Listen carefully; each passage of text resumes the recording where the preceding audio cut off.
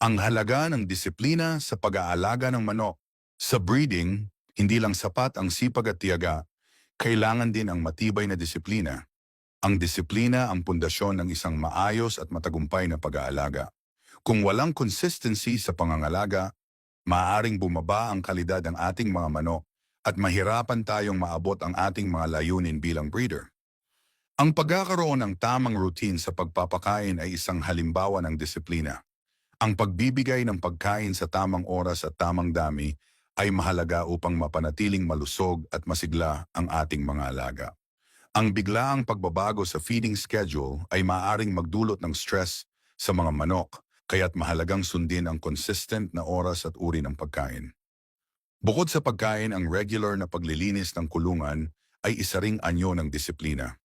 Ang isang malinis na kapaligiran ay hindi lamang nagpapabuti sa kalusugan ng ating mga alaga, kundi nakakatulong din upang maiwasan ang pagkalat ng sakit. Ang araw-araw na pagtatanggal ng dumi, pagpapalit ng tubig, at pagsisigurong may tamang bentilasyon ay dapat maging bahagi ng ating pang-araw-araw na gawain.